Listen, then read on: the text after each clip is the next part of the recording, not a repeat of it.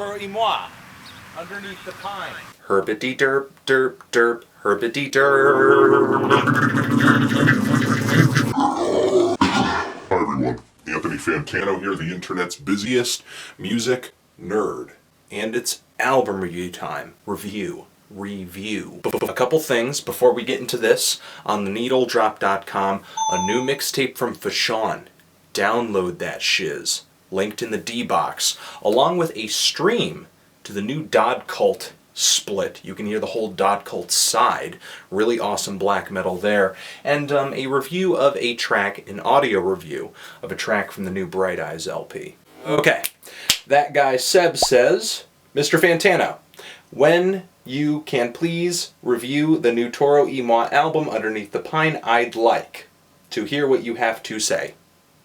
I'd like to tell you what I have to say. Toro Y Moi is the solo project of multi-instrumentalist Chaz Bundick. In 2009, he came out with the LP Causers of This, which got him a lot of attention, but because that album is associated with the chill wave thing, mess, I keep thinking that it's from 2000. Chill wave or no chill wave, Toro Y Moi is definitely shedding his old sound on Underneath the Pine. If any of y'all remember my review from last year of Causers of This, I was pretty clear about what my problems with the album were. So many of the tracks sounded great, but just were kind of like unfinished ideas. A lot of the vocals were just off, which ruined some of the accessibility for me, and it just didn't leave all that much of an impression on me. Now, am I going to say that all of these problems have been eradicated on this album?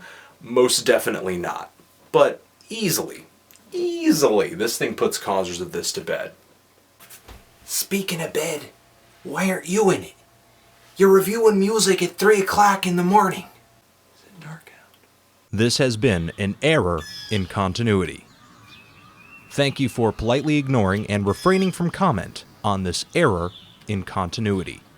If there's any real contrast between this LP and Toro's last, it's that, you know what, the influence coming from the school of hip-hop on that old LP has definitely dissipated. A lot of the trippy and druggy sounds and effects too. Here, Chaz goes about 40 years back in time and starts grave digging for disco beats and analog synth melodies and soft rock hooks. And the way it's recorded really calls back to another time too. With all of these retro sounds flowing throughout this album, I feel like this is kind of like listening to Ariel Pink's latest LP, but with a much larger pop appeal. And Chaz has gotten really awesome at applying more arrangements to his music too, which has really made me respect him as a musician. The really awesome bass line on New Beat, the quirky guitar melody on Go With You, and the acoustic guitar woodwind combination on Before I'm Done.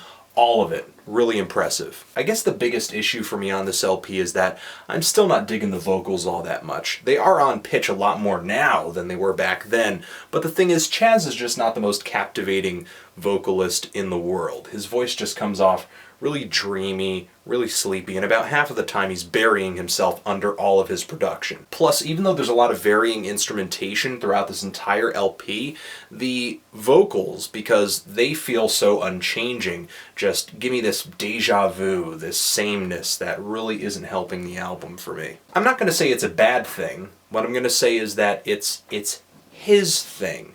The vocals don't offend me. They just aren't gripping me all that much. And as long as we're on the complaint train, there are some tracks here that, like on Causers of This, I felt like sounded really great, just were fantastic ideas, but just were not fleshed out to the point where I felt like they reached their full potential, like the really sexy song, Divina.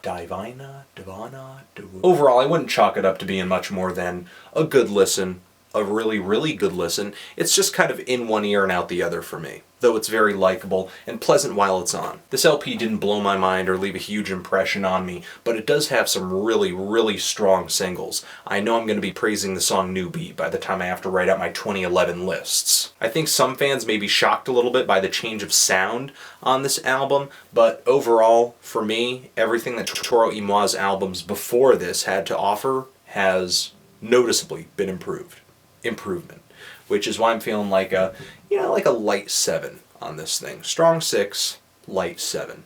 Liking it. But what are you thinking about this LP? Loving it? Hating it? Liking the new sound here? Miss Chillwave? I want to know. And what should I review next? Anthony Fantano? Toro Y Moi?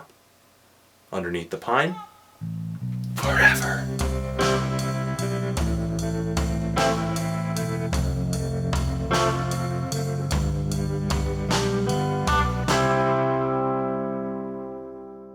This is not a pine.